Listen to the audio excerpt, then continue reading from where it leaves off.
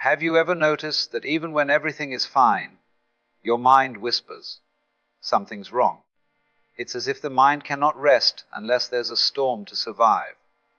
You lie awake at night, replaying memories that can't be changed or worrying about futures that may never arrive. This is the great paradox of human intelligence. We have evolved minds so powerful that they create problems just to keep themselves entertained. The mind, by its nature, is a problem-solving machine. It looks for patterns, dangers, and flaws. Once, this ability kept our ancestors alive in the wilderness. But today, the same mechanism operates in a world far safer than our biology remembers. The tiger is no longer outside your cave. It lives inside your head. Your mind hunts for threats that don't exist just to feel useful, just to justify its constant motion. It fears being still because stillness feels like death to an overactive mind. You see, silence is not something the mind enjoys. When there's no noise, no drama, no crisis, it panics. So it begins to invent. It says, what if I fail? What if they leave me? What if I'm not enough? And without realizing it, you start living in a reality that only exists in thought. You suffer from events that have not happened. You rehearse disasters that will never come. In doing so, you feed the illusion that life is a battle when, in truth, it is a dance. The mind is obsessed with control. It wants to predict every outcome, to secure every possibility. But life refuses to be controlled. It unfolds. And the more you try to master it with thought, the more anxious and divided you feel. The river of existence flows effortlessly. Yet the mind insists on swimming upstream. It wants guarantees, not mystery. It seeks certainty in an uncertain universe. And that endless chase is what creates the feeling that something is always missing. The truth is, the present moment holds no real problems. Right here, right now, you are breathing, alive, and aware. The only suffering comes from thoughts about then or later. You are haunted by ghosts of memory and imagination. The past is a shadow that cannot be changed. The future, a dream that has not arrived. When you realize this, you begin to see how most of your suffering was self-created, crafted by a restless mind that cannot bear simplicity. The beginning of freedom is awareness. To watch your thoughts without becoming them is to reclaim your peace. When a worry arises, don't wrestle with it. Simply observe it like clouds passing through the sky. You are not the storm, you are the sky itself. The problem dissolves not by solving it, but by seeing it clearly as unreal. The more you practice this, the quieter the mind becomes. And in that quiet, something extraordinary happens. Life reveals its effortless rhythm. You discover that peace is not something you must achieve. It's what remains when you stop chasing illusions. The mind loves to complicate life, but life itself is simple. The sun rises, the heart beats, the breath flows. Nothing needs your interference. When you stop fighting imaginary enemies, you awaken to the joy that was always here, waiting beneath the noise. So remember this, your mind will always try to find something wrong, but you don't have to believe it. You can step back, smile at the drama it creates, and let it pass. The moment you see that most of your problems are only thoughts, you are free. Not because life became perfect, but because you finally stopped trying to fix what was never broken. Have you ever wondered why your mind keeps creating problems even when life is peaceful? When there is nothing truly wrong yet, it whispers that something must be fixed, something must be feared, or something must be changed. The mind, in its endless chatter, cannot sit in silence because it is designed to survive, not to rest. It was built to find danger, to anticipate threats, and to prepare you for every possible disaster. Long ago, this habit was useful. It kept early humans alive in wild and unpredictable environments. But now, in a world where you are not being chased by predators, that same instinct has turned against you. The mind continues to search for enemies that no longer exist, inventing new ones out of thin air.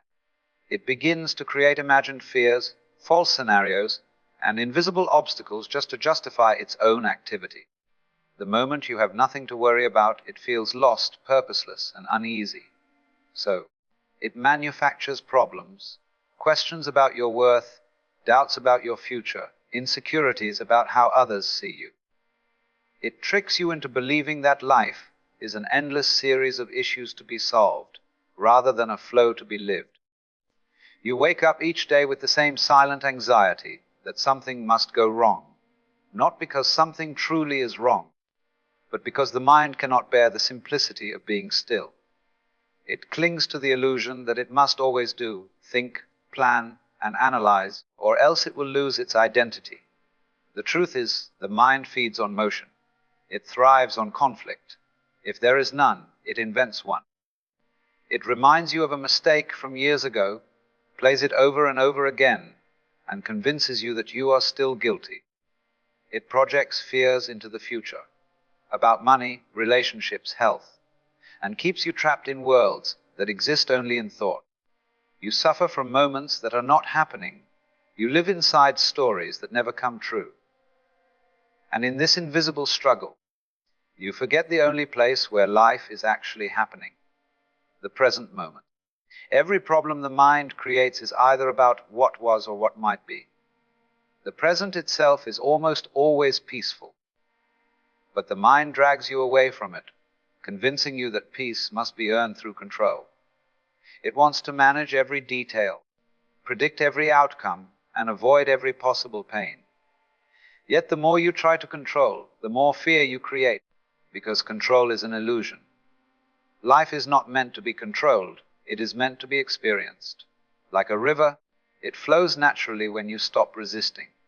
When you realize that, you begin to see that most of your problems are mirages, projections of a restless mind that cannot tolerate stillness. Real freedom begins when you stop believing every thought that passes through your head. You start to observe them as clouds drifting in the sky, temporary, ever-changing, and powerless unless you chase them. In that simple awareness, your mind begins to quiet down. You see that peace is not something you must achieve. It's what has always been there beneath the noise. When you stop giving energy to thoughts that invent suffering, you discover that life is not against you, and you were never broken to begin with.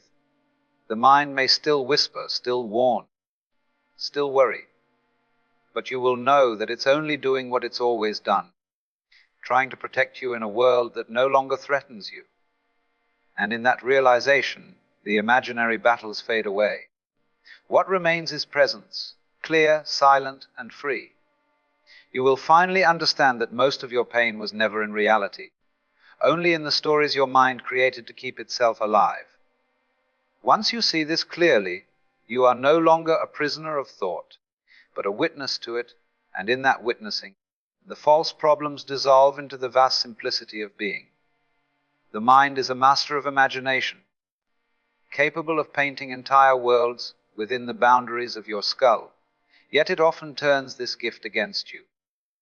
It whispers doubts when you're calm, it invents fears when you're safe, and it builds mountains out of moments that were never meant to be heavy. This happens because the mind fears stillness. It cannot stand the idea of having nothing to fix or control. When everything is peaceful, it becomes restless, as if peace itself were a threat to its identity. It begins to search for flaws in situations, flaws in people, flaws in you. It does not want to rest because its very existence depends on constant activity. The moment you try to be still, it grows uneasy and fills the silence with thoughts. What if you fail? What if they leave? What if this doesn't work? What if something bad happens tomorrow? Those thoughts start to spin like a wheel that never stops turning, keeping you trapped in an endless cycle of imagined troubles. The mind's greatest illusion is that thinking more will somehow protect you. But the truth is, most of the things it fears never happen. You spend hours, days, or even years worrying about situations that only exist inside your imagination. And yet, every time you believe these thoughts, your body reacts as if they are real. Your heart beats faster, your muscles tighten, your breath becomes shallow, all because the mind told a story and you believed it. This is how it tricks you. It confuses imagination with reality. It convinces you that fear is wisdom, that planning for every possible outcome is safety, and that control is peace. But peace does not come from control. It comes from surrender. You can't quiet the storm by shouting at it. You quiet it by stepping out of it. The mind, however, does not understand this. It tries to protect you from pain, but in doing so, it ends up creating it. Every what if becomes a chain that binds you to the future or the past, and every time you chase those thoughts, you lose touch with what is actually happening now. You forget to notice the simplicity of the present moment, the feeling of air on your skin, the rhythm of your breath, the quiet hum of life around you. These moments are real, the fears are not. When you begin to observe your mind instead of obeying it, a space opens between you and your thoughts. In that space, you realize that you are not the noise inside your head. You are the awareness that hears it. Thoughts come and go like waves on the ocean, but you are the ocean itself, vast, calm, and untouched by the surface storms.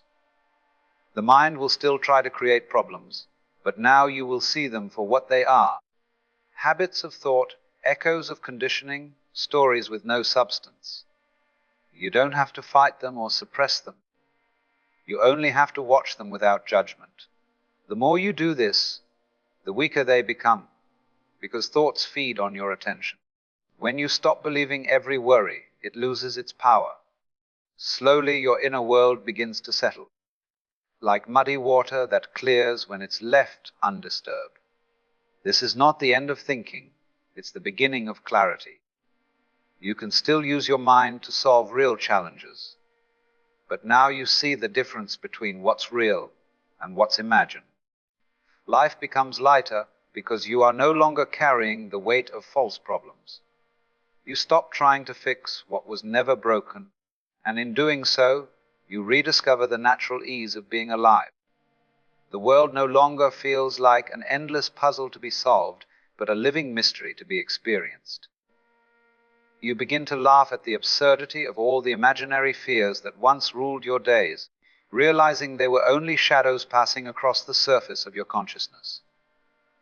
In that laughter, something deep within you relaxes, and for the first time, you understand that peace was never something to find. It was something you forgot you already had. When the mind learns to fabricate problems, it does so not out of malice, but out of habit. It was trained by centuries of survival to anticipate threats, to stay alert for any sign of danger, and to ensure safety by predicting what might go wrong. But now, when the physical threats are gone, this same instinct keeps turning inward. It begins to guard your identity instead of your life, defending ideas, beliefs, and fears as though they were as vital as your heartbeat. You start to mistake every small uncertainty as a personal threat, and every change as a reason to worry. The mind becomes addicted to control. It wants everything predictable, safe, and stable. But life, by nature, is unpredictable. It moves, it changes, it evolves. And when your mind tries to freeze what is meant to flow, it creates tension. That tension becomes anxiety, and anxiety becomes suffering. This is how the illusion deepens the more you resist change. The more the mind convinces you that life is unsafe, you begin to live in a fortress of thoughts, guarding yourself against experiences that could never harm you. The very mechanism meant to protect you becomes your prison. You start to live in tomorrow, in the next fear, in the next possible loss. You miss the beauty unfolding before your eyes because your attention is trapped in imaginary futures. You end up living in a constant state of preparation for something that never arrives.